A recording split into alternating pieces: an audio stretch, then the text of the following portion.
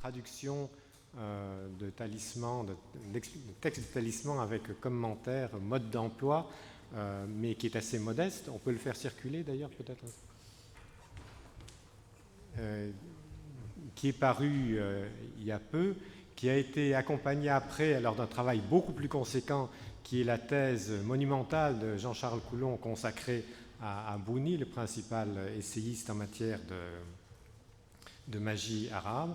Il y a également eu cette exposition à l'Institut du monde arabe que vous avez peut-être vue, qui était consacrée à des talismans soudanais, enfin sahéliens disons, et qui donnait une idée de ce à quoi peut correspondre la pensée magique.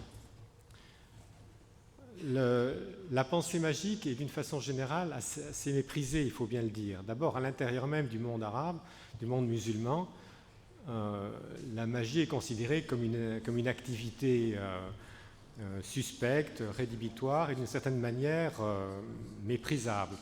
Et cet avis général sur la magie a été relayé chez les savants occidentaux, les orientalistes, qui ont considéré qu'après tout, la magie était une activité populaire, une espèce de rebut de la pensée qui n'était pas digne d'intérêt. Et donc les premiers orientalistes se sont intéressés à la philosophie, à la théologie et aux autres formes de pensée nobles, alors que la pensée magique, quand on la voit de près,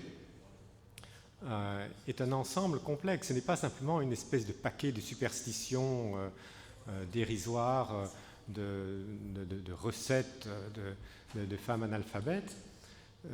Les livres de pensée magique qui nous sont parvenus révèlent tout un système de pensée profondément cohérent. C'est-à-dire plutôt qu'il y a sa cohérence interne. Je ne vais pas vous dire que la magie est vraie, bien sûr, mais la magie a sa cohérence interne. Et la magie a eu un grand impact sur la société musulmane, mais comme toutes les autres sociétés du monde d'ailleurs. Cet impact n'est pas simplement un impact populaire. Il ne faut pas s'imaginer que ce sont simplement dans les campagnes où on gratte des talismans. Les sciences occultes et la magie ont été pratiquées au plus haut niveau, à la cour des princes, et pas seulement donc, au niveau du petit peuple. Et donc, c'est en cela que réside son intérêt. Et puis, je vais dire, il y a un troisième intérêt, bien sûr, c'est que le langage de la magie ne nous transporte pas, bien sûr, dans des hauteurs philosophiques, mais c'est le langage du désir, c'est-à-dire qu'on y voit tout ce que l'être humain peut désirer au niveau du succès, le fait d'être aimé, le fait d'accéder à la puissance. Et de ce point de vue-là aussi, disons, d'un point de vue anthropologique, la magie est un discours qui délivre une vérité.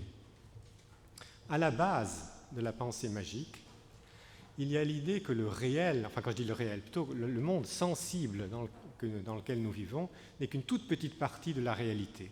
Qu'en fait, la réalité telle qu'elle existe comprend un grand nombre d'êtres, de mondes, de dimensions que nous ne percevons pas habituellement.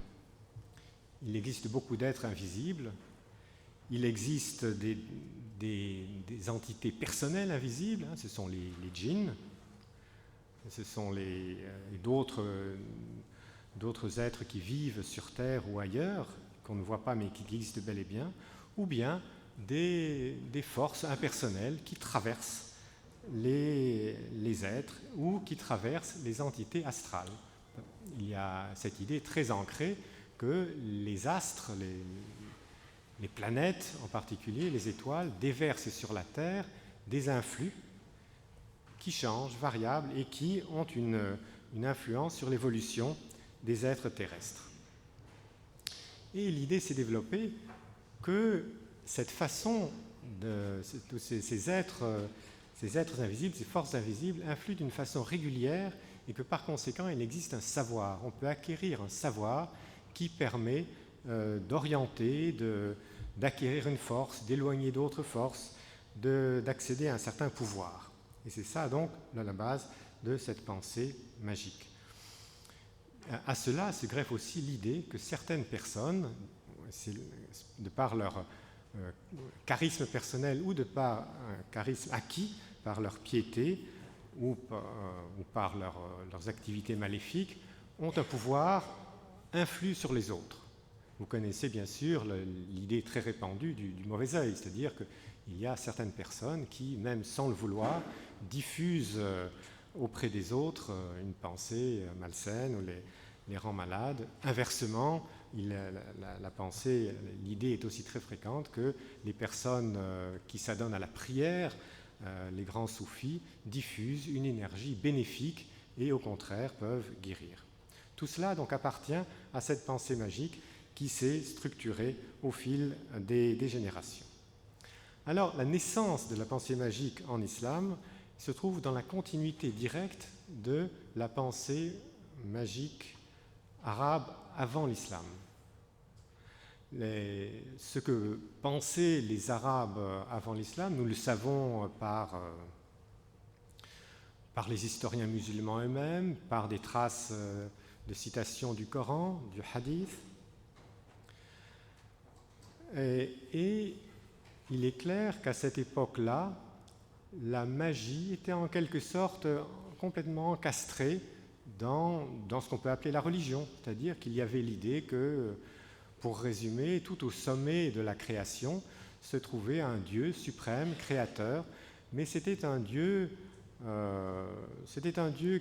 qui était trop élevé pour s'intéresser aux petites fourmis terrestres que nous sommes.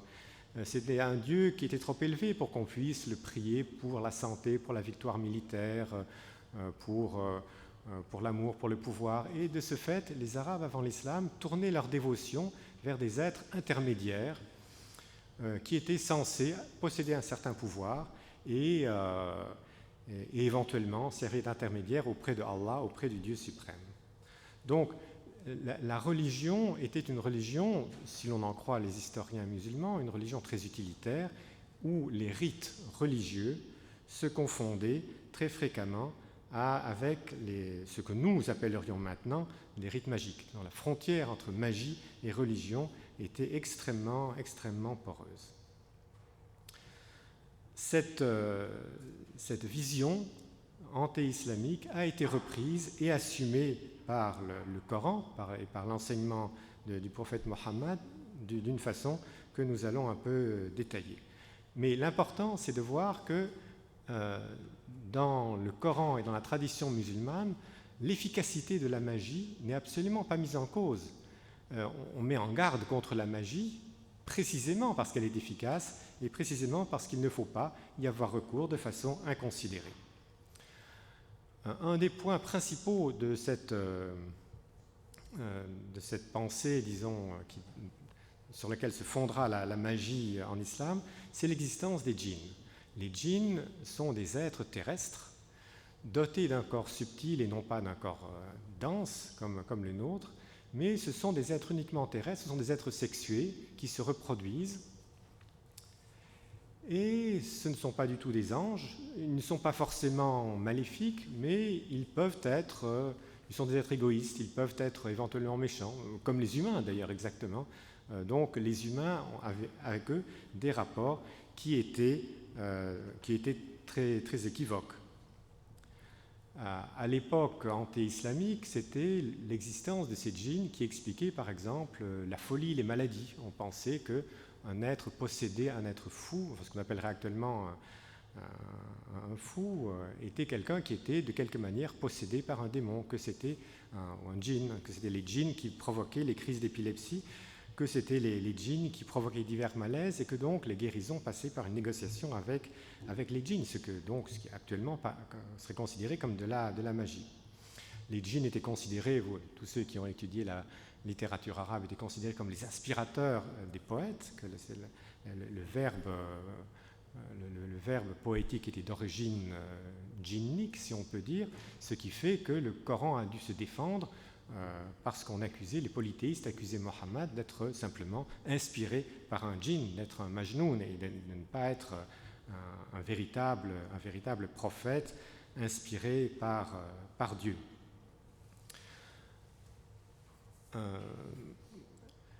Les djinns étaient également à cette époque utilisés, si je peux dire, on avait recours à eux dans la divination, parce que le Coran le montre clairement, il y avait cette croyance que les djinns écoutaient les discours angéliques les colloques entre les anges et Dieu en s'approchant du ciel très haut, et là ils pouvaient entendre les anges et Dieu s'entretenir. Et le Coran précise que désormais ils sont chassés à coups de comètes, ils ne peuvent plus s'approcher du ciel et donc ils ne peuvent plus prédire l'avenir comme le disaient les devins auparavant. Bref, ce que dit le Coran, c'est au fond que les djinns existent, qu'ils sont actifs, qu'ils n'appartiennent pas du tout à la sphère divine, qu'il ne faut absolument pas y avoir recours dans la vie religieuse en quelque sorte. Les djinns non seulement sont différents des anges, mais n'ont absolument aucun pouvoir dans le domaine du salut. Tous ceux qui, de quelque manière, vénèrent les djinns seront punis dans l'au-delà. Au jour du jugement, les djinns eux-mêmes vont, en quelque sorte, vont les renier en disant que eux n'ont jamais demandé à être adorés. La grande question par rapport aux djinns, c'est que même s'ils existent, ils représentent un danger de retour à l'idolâtrie. C'est cela le point sensible. Donc les djinns n'ont plus accès au secret céleste. D'ailleurs, les djinns eux-mêmes n'ont plus d'intérêt pour les hommes au niveau religieux, puisqu'ils se sont convertis, ils peuvent se convertir. Mohammed est envoyé également pour convertir les djinns, puisqu'il y a une sourate du Coran, appelée précisément la sourate des djinns, où il est dit que Mohammed a converti tout un groupe de djinns à sa prédication. Bref, on voit que si les djinns existent, il n'y a aucun intérêt à avoir recours à eux. C'est un peu la conclusion qu'on peut tirer. Le hadith, donc les enseignements oraux attribués au prophète Mohammed, et la sira, la biographie du prophète, qui pour l'essentiel, au fond, est un genre littéraire très proche du hadith, développeront cette idée coranique et insisteront là-dessus. Il est dit, par exemple, qu'à un moment donné, le prophète Mohammed a été victime d'un envoûtement. Donc c'est dire que la magie était efficiente, avait son efficacité, et qu'il a finalement été libéré de ce maléfice, qui avait une forme matérielle, enfin, par l'intervention de l'ange Gabriel.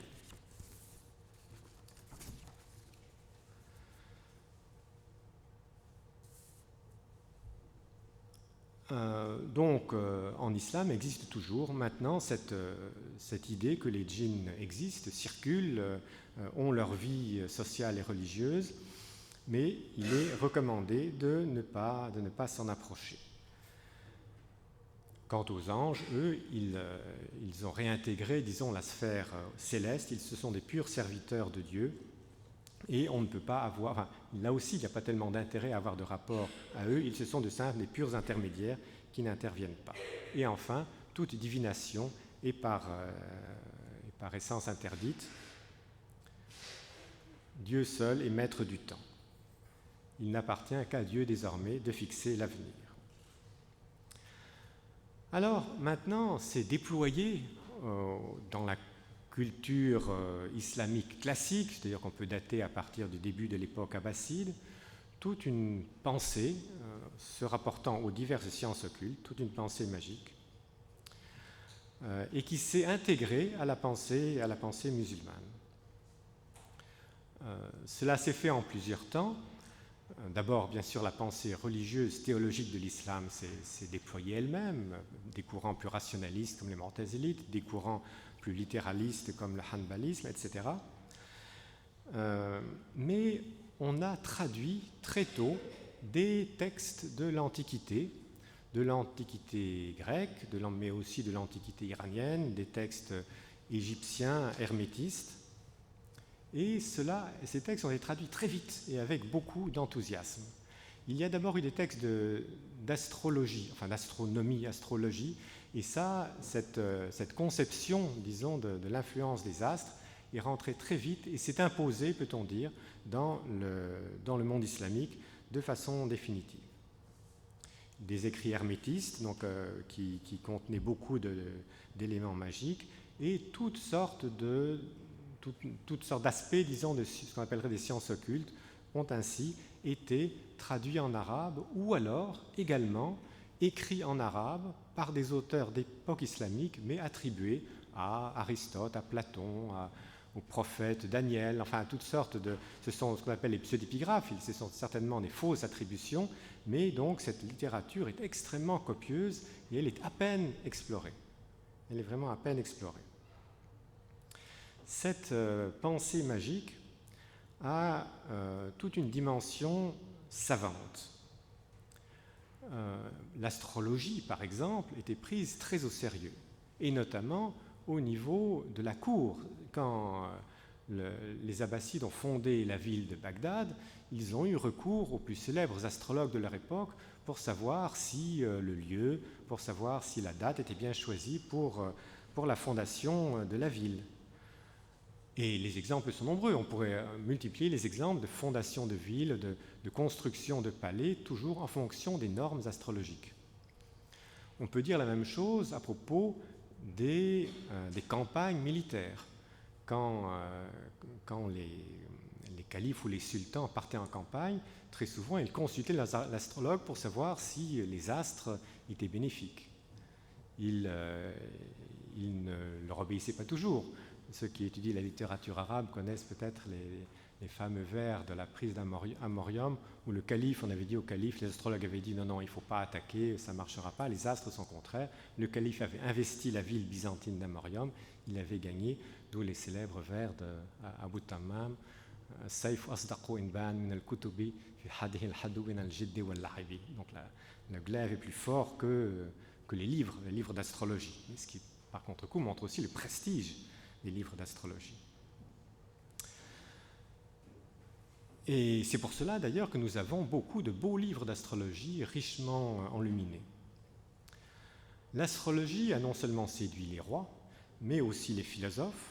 Il y a eu des philosophes pour, par exemple, El-Kindi, le philosophe des Arabes, des textes philosophiques comme la théologie d'Aristote.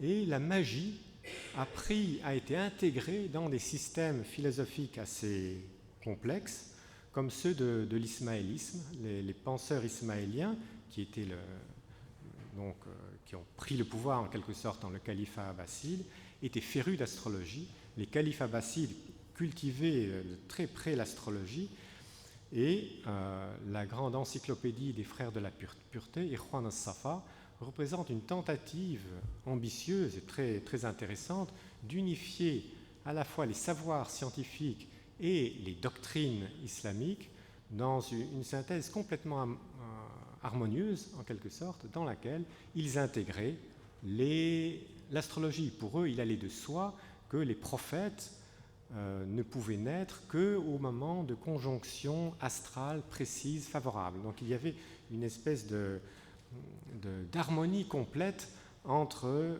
l'astrologie et puis la médecine et la pharmacologie et donc l'équilibre de l'être humain et la philosophie. Tout cela faisait une grande science pour eux, et ils ne sont pas les seuls. Le corpus alchimique de Jabir ibn Hayyan, par exemple, part de la même idée, d'essayer de créer une science totale qui regroupe toutes les disciplines du savoir et toutes les aspirations de l'âme. J'ai parlé des Ismaéliens, mais il y a eu des grands penseurs sunnites qui étaient férus d'astrologie et de magie.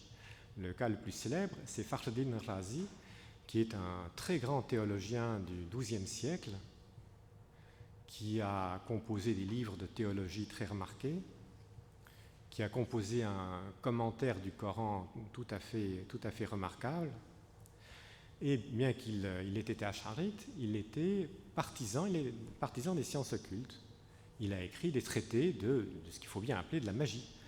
Alors, il disait qu'on ne m'accuse pas de faire de l'idolâtrie, qu'on ne m'accuse pas en quelque sorte de dessaisir Dieu de sa puissance.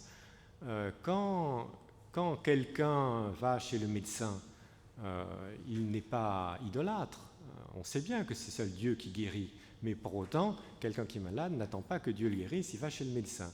Et de la même façon, expliquait-il, le monde entier est traversé par des lois et des influences invisibles. Ces lois, il prétendait les connaître, il prétendait les expliquer, et il n'y voyait pas du tout de blasphème ou d'attentat à la théologie. Il voyait simplement là une manière tout à fait normale, en quelque sorte, de gérer les causes secondes et d'aménager le destin des humains.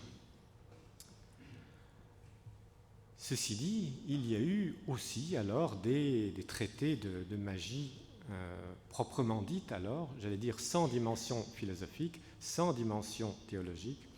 Le plus célèbre de ces traités, en tout cas des anciens traités, disons du IVe siècle de l'Hégire, disons Xe siècle, c'est le Raid al-Hakim, le but du sage, qui est une compilation très volumineuse et qui a l'air un peu désordonnée, mais à peu près comme tous les textes de magie en fait,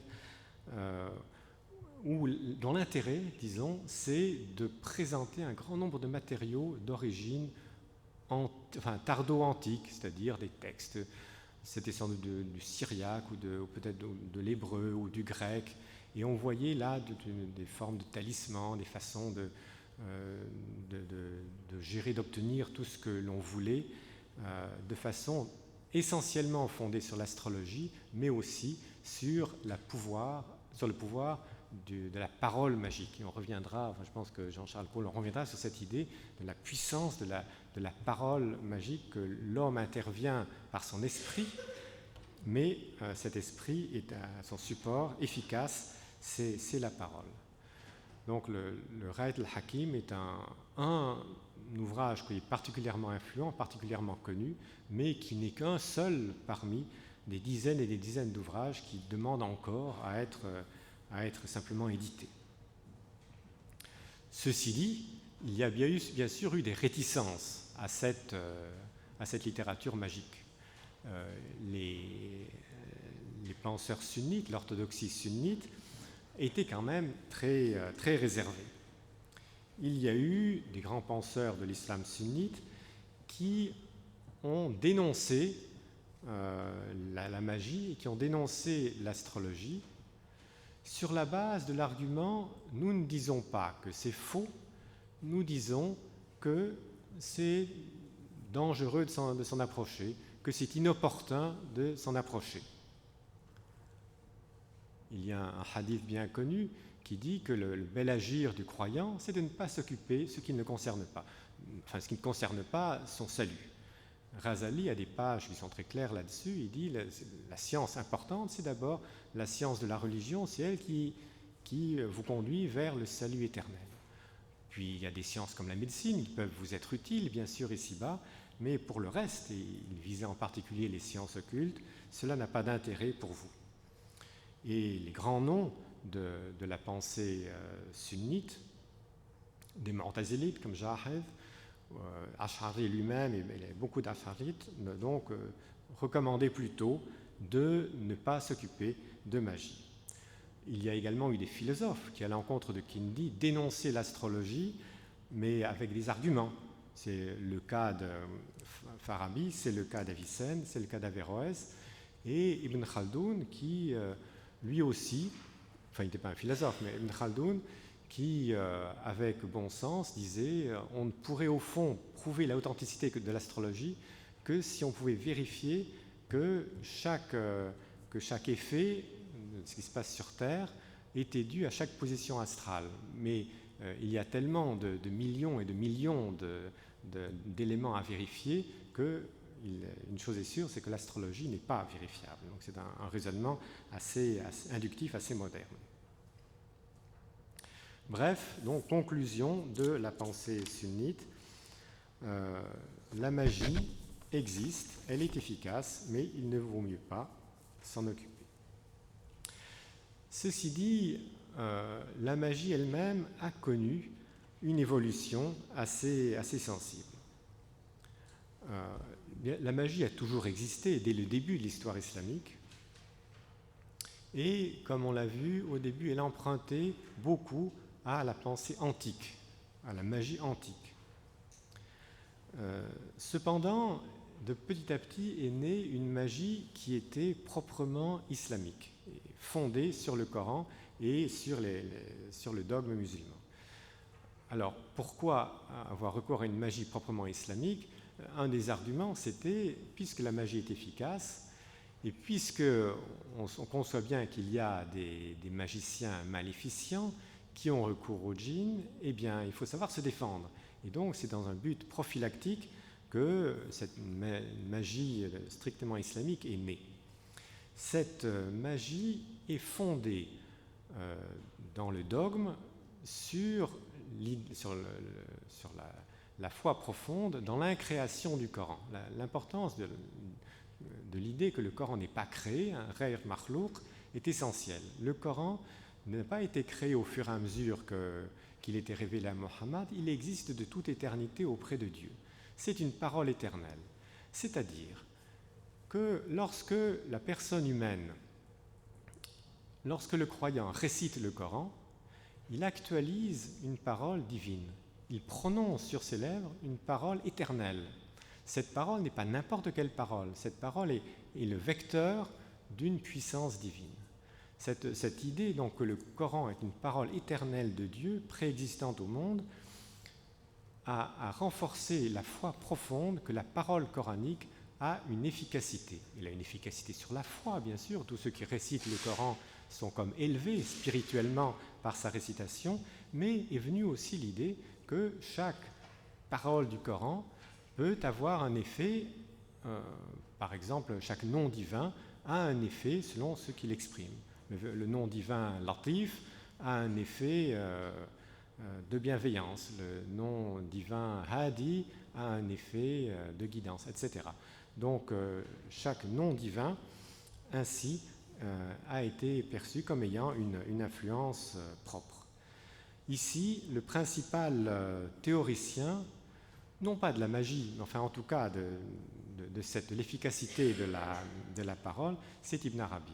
Ibn Arabi, donc, en fin XIIe, début du XIIIe siècle, dans une œuvre monumentale, décrit comment Dieu a créé le monde par sa parole. C'est-à-dire que Dieu a commencé, la seule première chose que Dieu a créée, ce sont des mots, ce sont ses propres noms, ce sont les Asma al-Husna.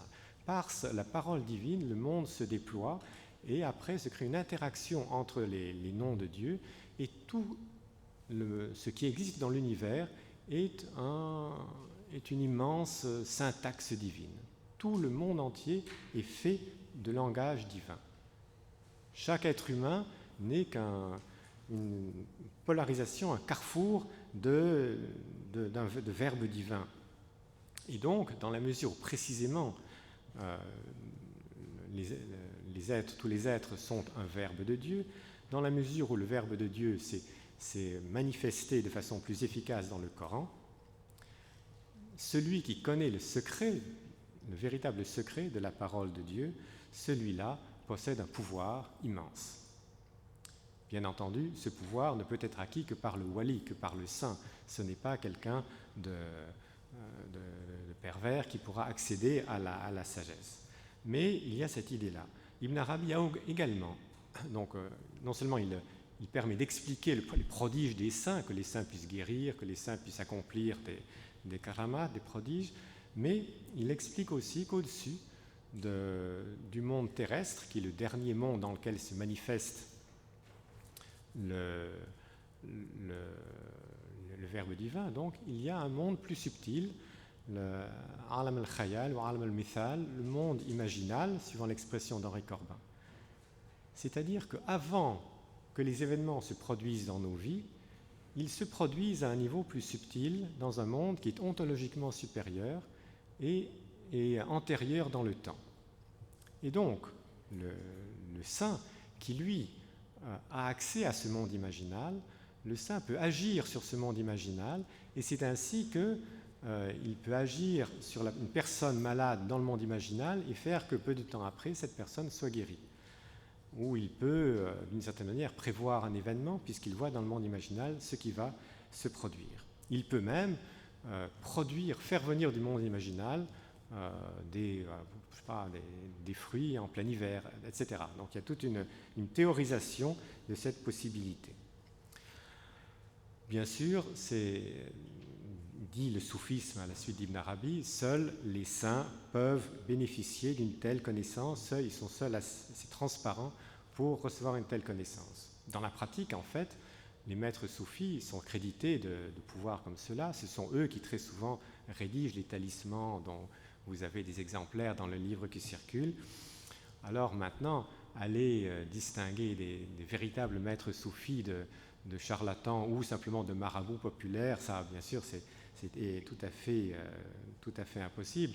Mais ce qu'on appelle le maraboutisme, au fond, c'est cela, c'est le phénomène social qui fait que des personnes investies d'un certain pouvoir charismatique ou considérées par tel par leur environnement, on pense qu'ils prient tellement, ils sont tellement pieux, eh bien qu'ils peuvent donc écrire les paroles qui changeront la réalité, qui auront une influence sur les destins.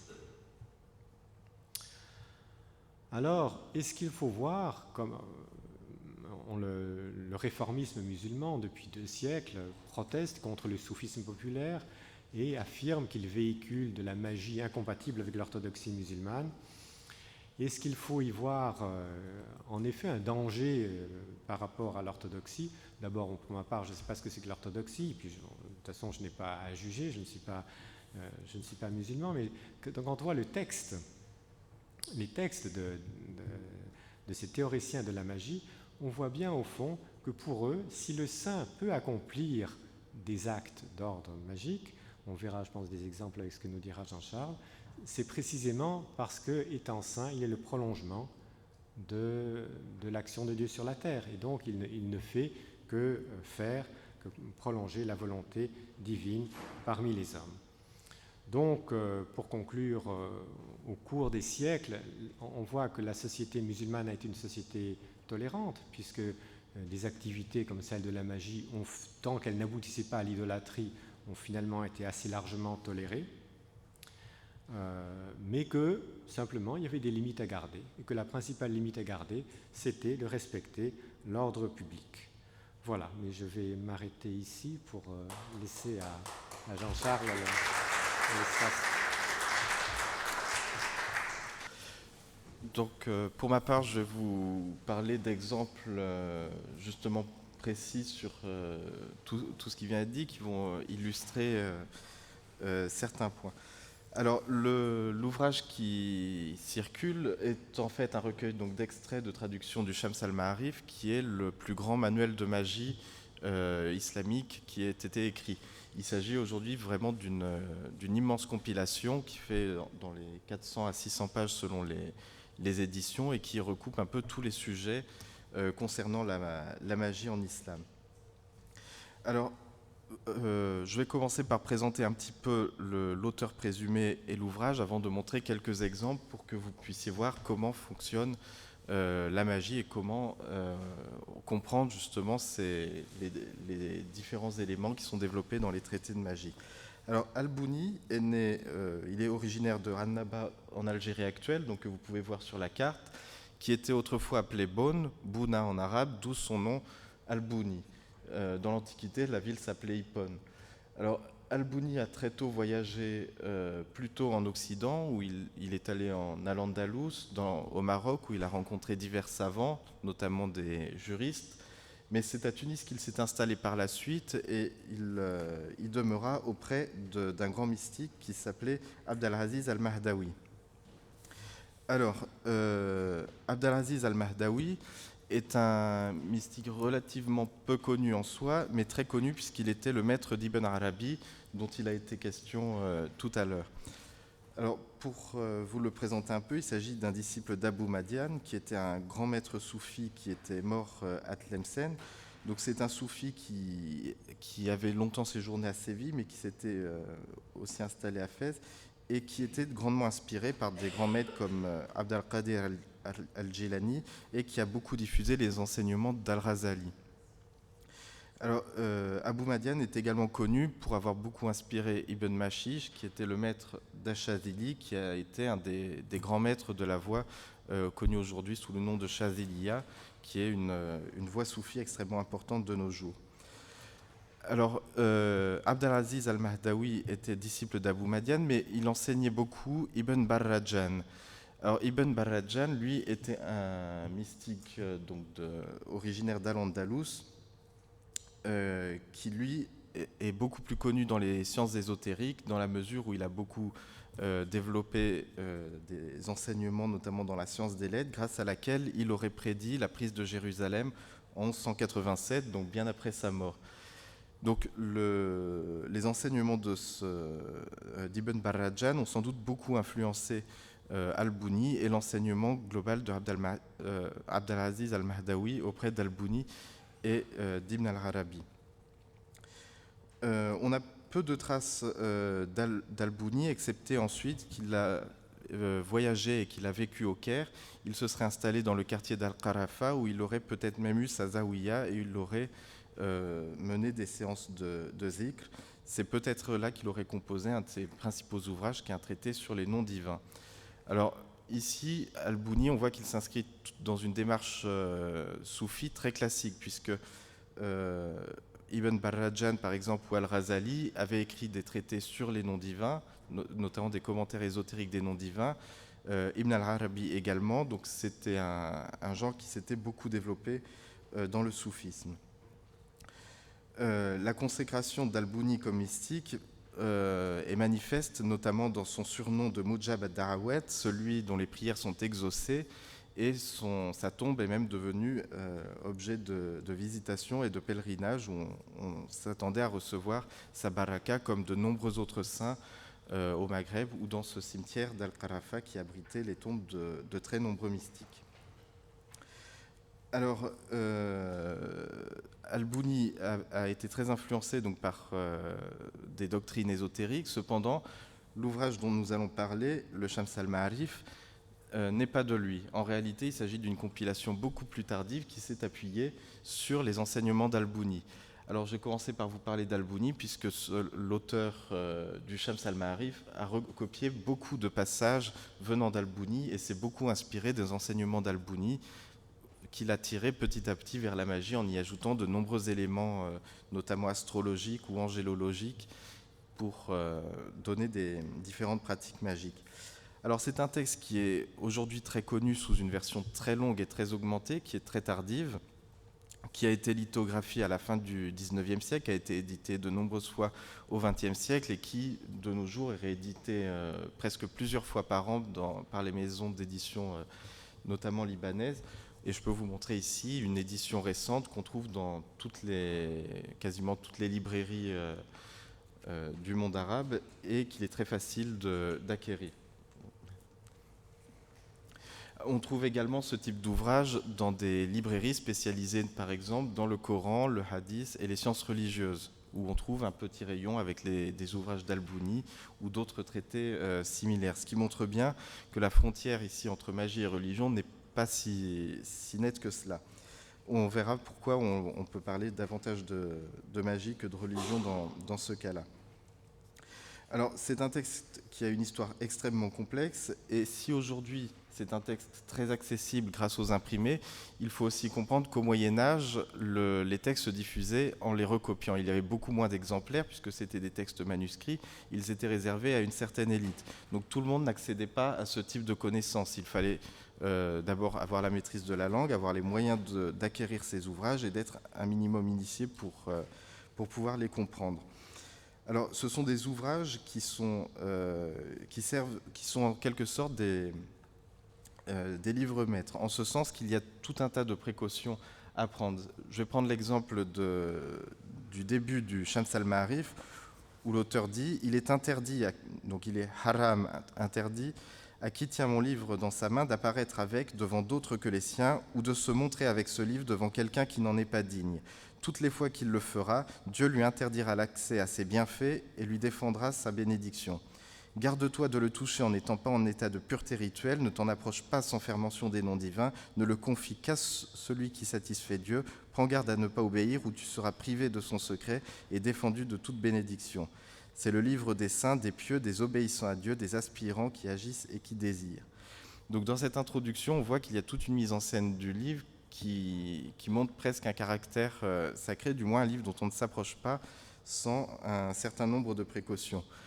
Pour toutes les recettes également, il y a tout un tas de précautions à prendre avant de faire telle ou telle incantation, qu'elle contienne ou non des noms de djinns ou autres. Par exemple, il est dit dans plusieurs endroits, tu dois avoir une intention et des actions sincères. Si la réponse de Dieu tarde, c'est en raison de la négligence ou de la faiblesse de la foi de celui qui le fait. Il y a de nombreux hadiths également qui sont cités pour des invocations qui contiennent des noms d'anges ou de djinns, alors qu'à la base, ce sont plutôt des hadiths qui concernent la prière, comme par exemple « Qu'aucun parmi vous n'invoque s'il n'est certain d'obtenir la réponse ». Et également diverses précautions à prendre, comme le fait de se nourrir de manière tout à fait licite, d'avoir des vêtements totalement purs et d'avoir fait soi-même ses ablutions avant de commencer tout rituel magique.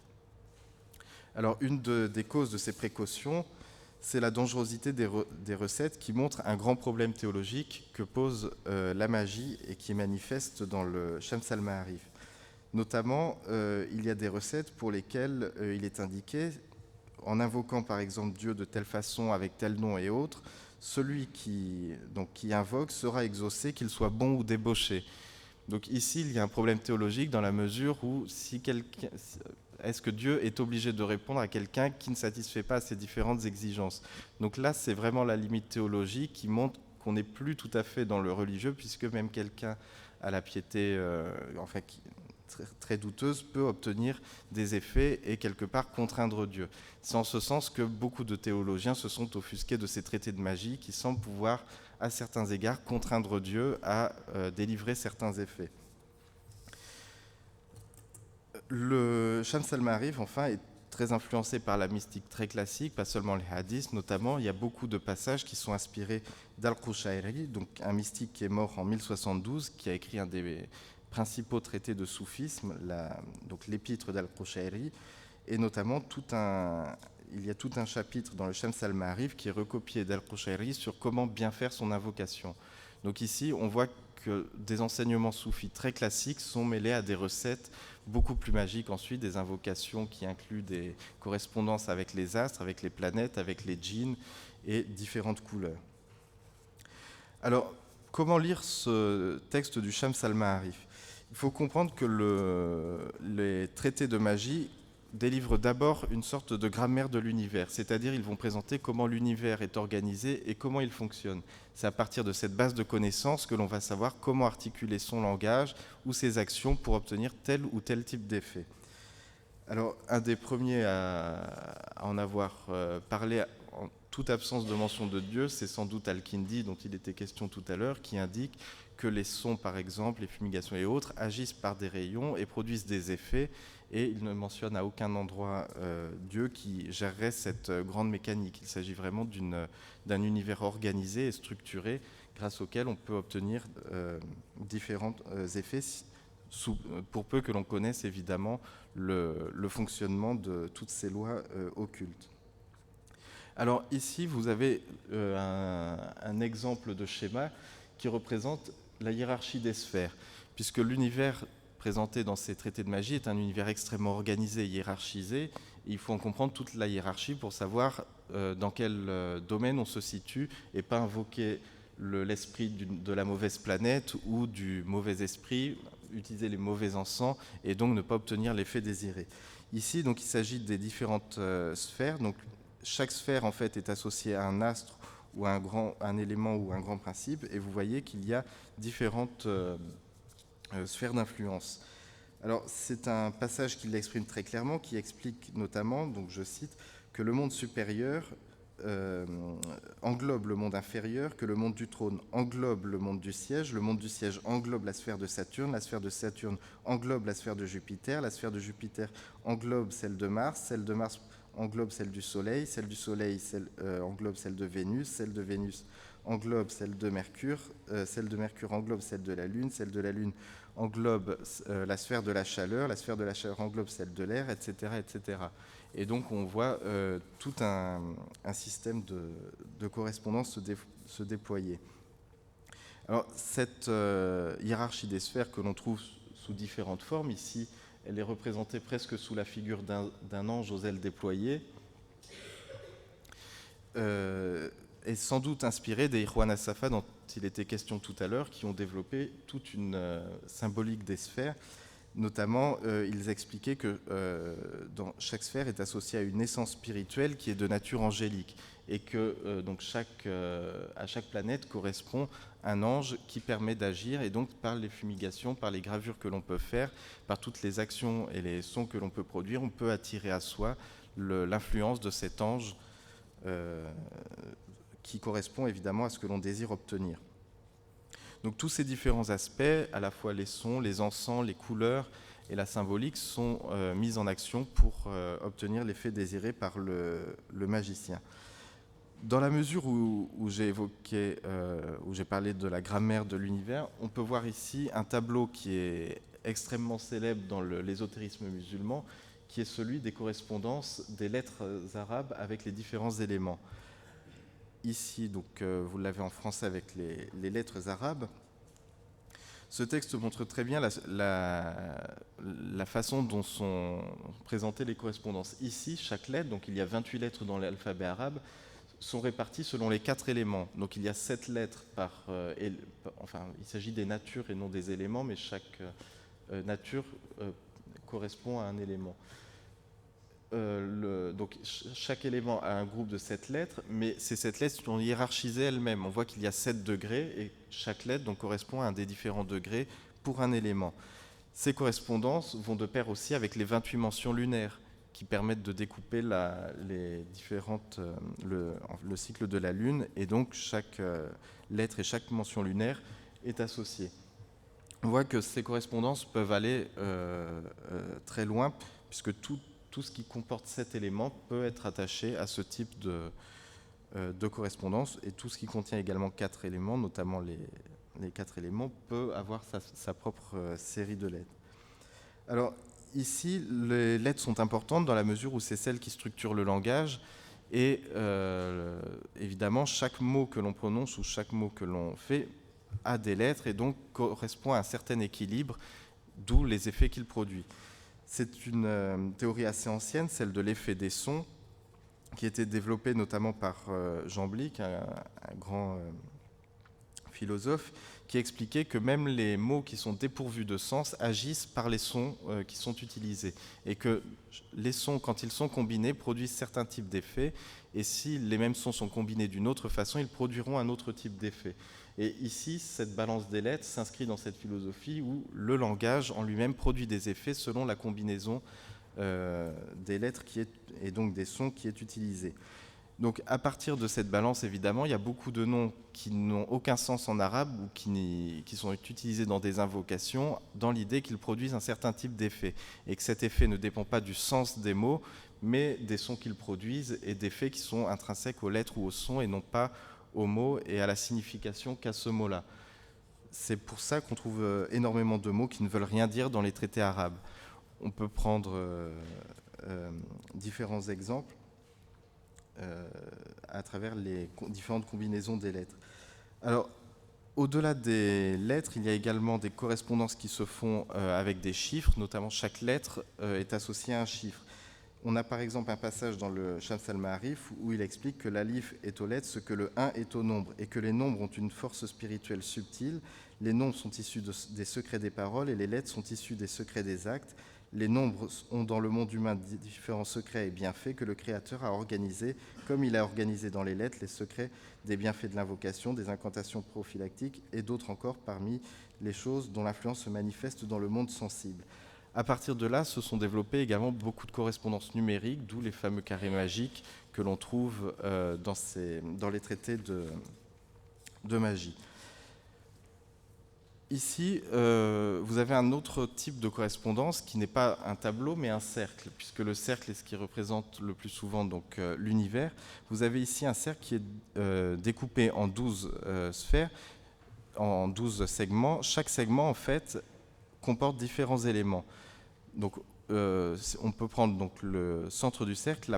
Le premier cercle qui entoure l'intérieur correspond à un élément, celui au-dessus à un signe du zodiaque, celui encore au-dessus une partie du corps humain et celui encore au-dessus des lettres.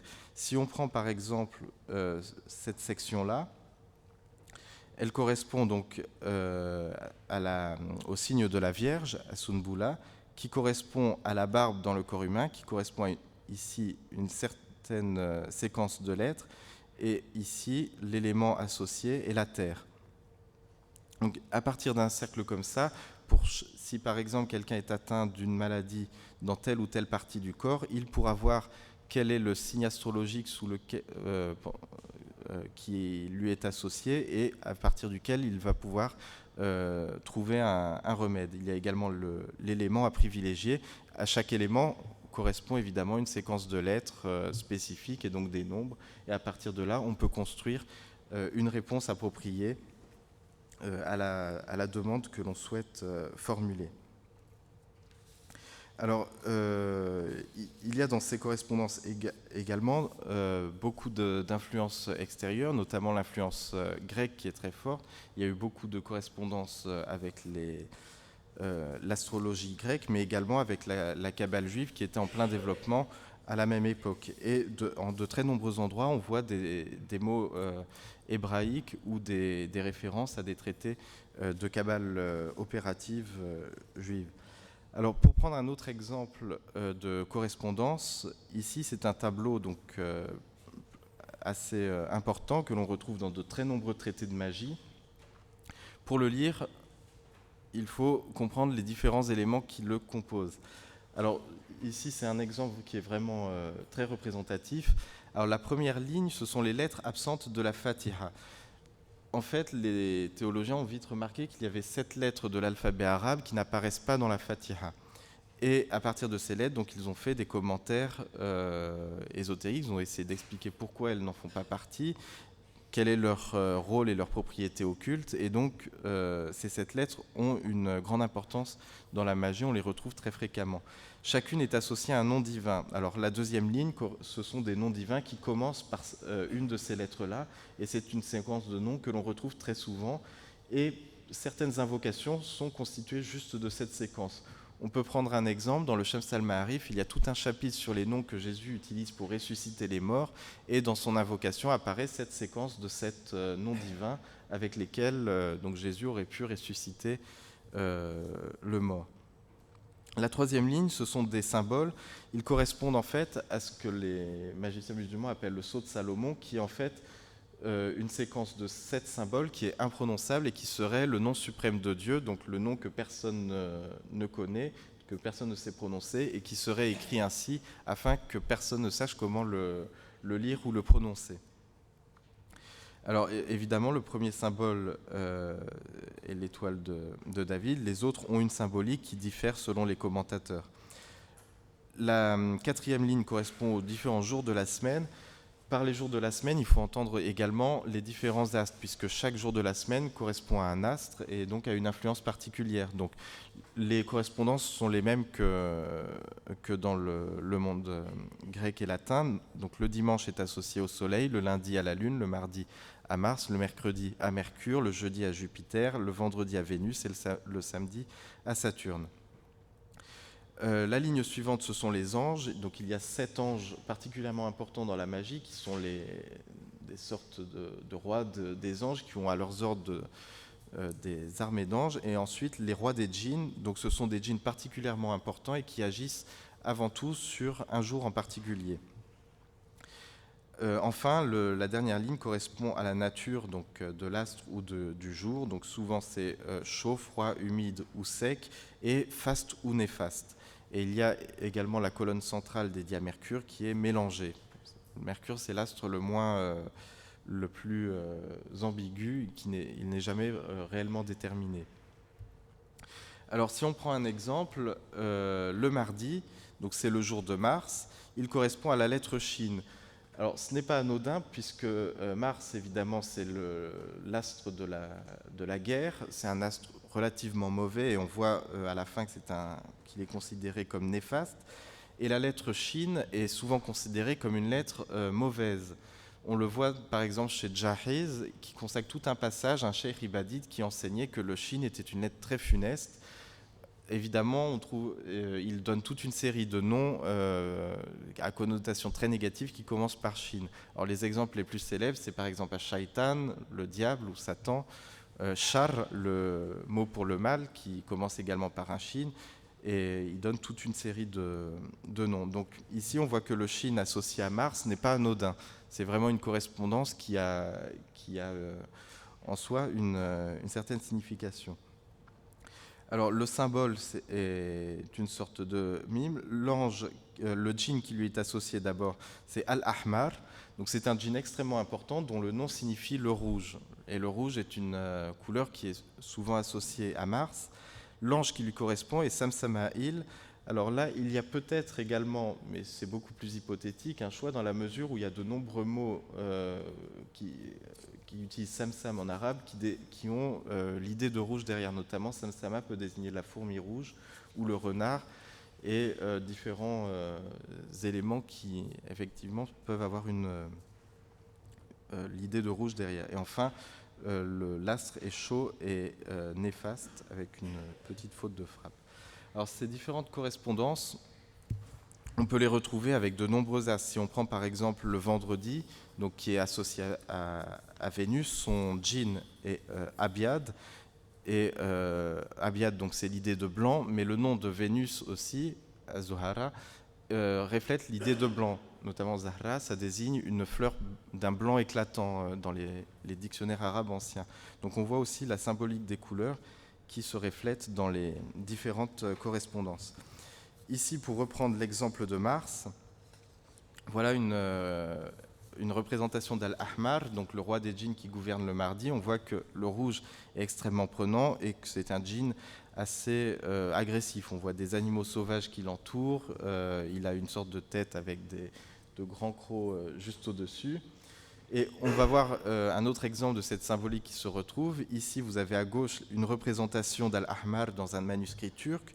Donc il a le sabre en main, une tête coupée, des flammes qui sortent de la tête. Il chevauche un lion. Et à droite, vous avez une représentation de Mars dans un manuscrit un peu plus ancien. Et Mars est très souvent représenté dans les traités astrologiques par un guerrier qui brandit son sabre avec une tête coupée dans la main, puisque c'est l'astre qui est associé à la guerre. Évidemment, c'est une symbolique guerrière qui prévaut, et on voit ici qu'il y a une grande cohérence justement entre les données astrologiques, les djinns et tous ces différents éléments. Alors, je vous propose de prendre un exemple de recette pour voir comment ça peut s'articuler dans les traités de magie. Ici, l'exemple que je prends, c'est celui de l'anneau de Shapur. C'est une recette magique, en fait, donc qui aide pour la guerre, pour reprendre cette symbolique qu'on a développée, puisque le traité ayant été écrit à l'époque mamelouk et que les dirigeants sont avant tout des militaires, la guerre a une grande importance. Et ce sont souvent les recettes qui sont le plus illustrées avec des exemples historiques ou pseudo-historiques. Alors ici, l'autorité sous laquelle est mise la recette est Shapur, c'est-à-dire un souverain sassanide qui a vécu au IVe siècle et qui a fait de nombreuses conquêtes dans l'empire sassanide de l'époque. Alors, ici, donc je vais vous lire l'extrait avant qu'on en voit les différents éléments. Quant à son nom, donc, il s'agit évidemment d'un nom de Dieu, le puissant, le tout-puissant, l'orgueilleux, ce sont les noms pour les rois et les noms qui leur correspondent. S'ils veulent la victoire sur leurs ennemis, qu'ils les tracent en lettres séparées avec leur nombre sur ce modèle. Donc, Aïn, Alif, Lem, Zay, Zay, Alif, Lem, Kef, etc. Et tu écriras sur leur cercle, donc les versets coraniques suivants. En vérité, prophète, nous t'avons octroyé un succès éclatant jusqu'à son propos, un secours puissant.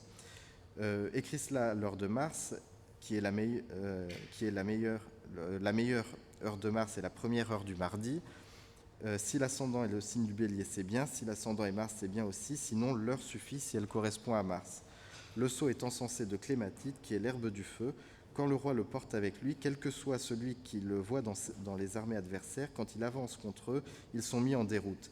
Sabour l'avait pris et il brisa les armées des Barmécides à leur époque. Lorsqu'il mourut, on le trouva sur lui et il le légua après lui à son fils. Alors ici, il y a probablement une référence à l'héritage de Shapur, puisque Shapur était réputé avoir transmis un héritage à son fils grâce auquel il pouvait gouverner les siens. Donc il y a des textes qui s'appellent le testament de Shapur qui ont circulé, et ici il y a sans doute une petite allusion à ce testament dans cet anneau qui aurait été transmis après à son fils. Alors le rituel en lui-même, on voit qu'il s'articule autour donc, de la guerre, de la puissance et de Mars. Donc vous avez les noms divins évidemment qui sont cités, le puissant, le tout-puissant, le super, qui sont des éléments, des qualificatifs vraiment de puissance et qui correspondent très bien au roi et au souverain. Donc vous avez les lettres détachées qui peuvent être mises en nombre ou en chiffres comme c'était dit. Les versets coraniques dont il est question, donc en vérité, prophète, nous t'avons octroyé un succès éclatant et un secours puissant, en réalité se réfèrent à des mots qui sont utilisés surtout pour les conquêtes. Notamment le succès éclatant, c'est Fathan Mubina. Donc Fath, c'est l'idée de conquête qu'on retrouve dans de très nombreux traités. Et le secours, c'est Nasr, qui en fait désigne d'abord l'aide, le secours de Dieu, mais surtout l'aide qui donne la victoire. Notamment, par exemple, le nom Al-Mansour, qui était le nom d'un calife, ça veut dire littéralement celui qui a été aidé ou secouru par Dieu, et on le traduit souvent par le victorieux. Alors ensuite, la planète, évidemment, est Mars. Donc on voit clairement que l'heure désignée est l'heure de Mars, la première heure du mardi. Donc on retrouve cette même correspondance entre le jour et l'astre, et le signe du bélier. Le signe du bélier étant le signe astrologique associé également à Mars dans les astrologues comme Abu Bashar al-Balkhi. Enfin, au niveau de la fumigation, l'herbe qui est mentionnée est surnommée l'herbe du feu. Alors, ce qui est important, c'est vraiment son surnom d'herbe du feu, puisque le feu est associé à Mars, et elle n'est pas facile à identifier, mais il s'agit probablement de clématite qui était appelée en Al-Andalus Yerba de Fuego, et c'est probablement la même plante qui est désignée ainsi en arabe comme l'herbe du feu et dans la langue d'Al-Andalus de l'époque. Pourquoi Shapur a également été mentionné? Il y a plusieurs anecdotes qui existent sur les conquêtes de Shapur dans la littérature arabe, et il y a notamment un récit qui est rapporté dans plusieurs anthologies littéraires comme le Kitab al-Arani, qui raconte comment Sabur conquit la forteresse de Hatra.